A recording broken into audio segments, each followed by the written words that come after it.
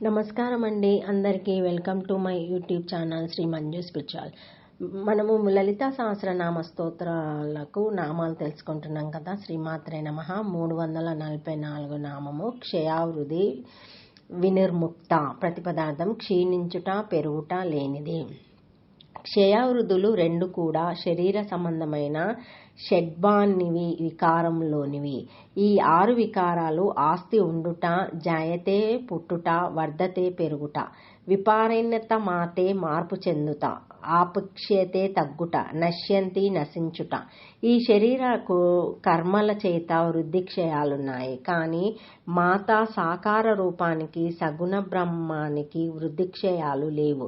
పరమేశ్వరి అజం, అనాదిం, అవ్యయం, శాశ్వతం కాబట్టి వికారాలు లేవు.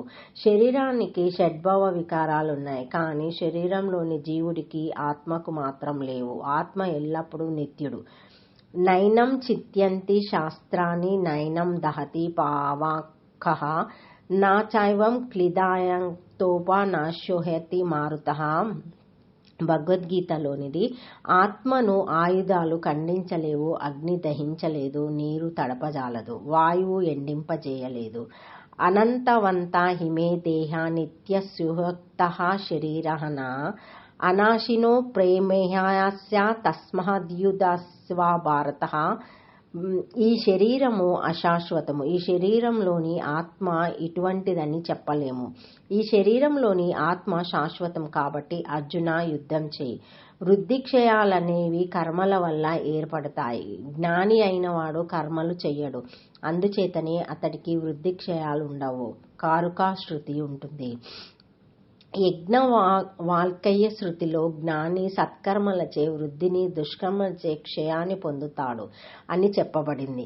పరమేశ్వరి ఏ రకమైన వికారాలు లేనిది, నిర్వికారమైనది. ఆ దేవికి గుణాలు లేవు, రూపం లేదు, ఆకారం లేదు. ఈ వికారాలన్నీ ఆత్మకున్నట్లు కనిపిస్తాయి. ఇందుకు కారణం ఆత్మ శరీరంతో కలిసి ఉండడమే.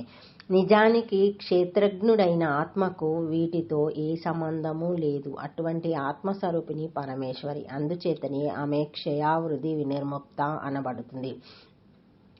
తరిగే లక్షణం, పెరిగే లక్షణం వర్తించనిది లేక క్షీణించే, వృద్ధి చెందే లక్షణాలచే వదిలివేయబడినది అని అర్థాలు చెప్పుకోవచ్చు. ఓం క్షయావృధి వినిర్ముక్తాయ నమః. అష్టాక్షరి శ్రీమాత్రే నమః. Thank you for watching my video. Please like, share, comment, subscribe to my channel.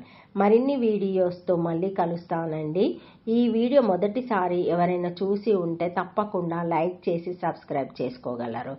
మా బెల్ అనే ఐకాన్ బటన్ని మీరు ప్రెస్ చేసి ఆన్ చేసి ఉంచుకుంటే మా లేటెస్ట్ అప్డేట్ అన్నీ మీకు నోటిఫికేషన్గా వస్తాయి, చూడగలరు. Thank you.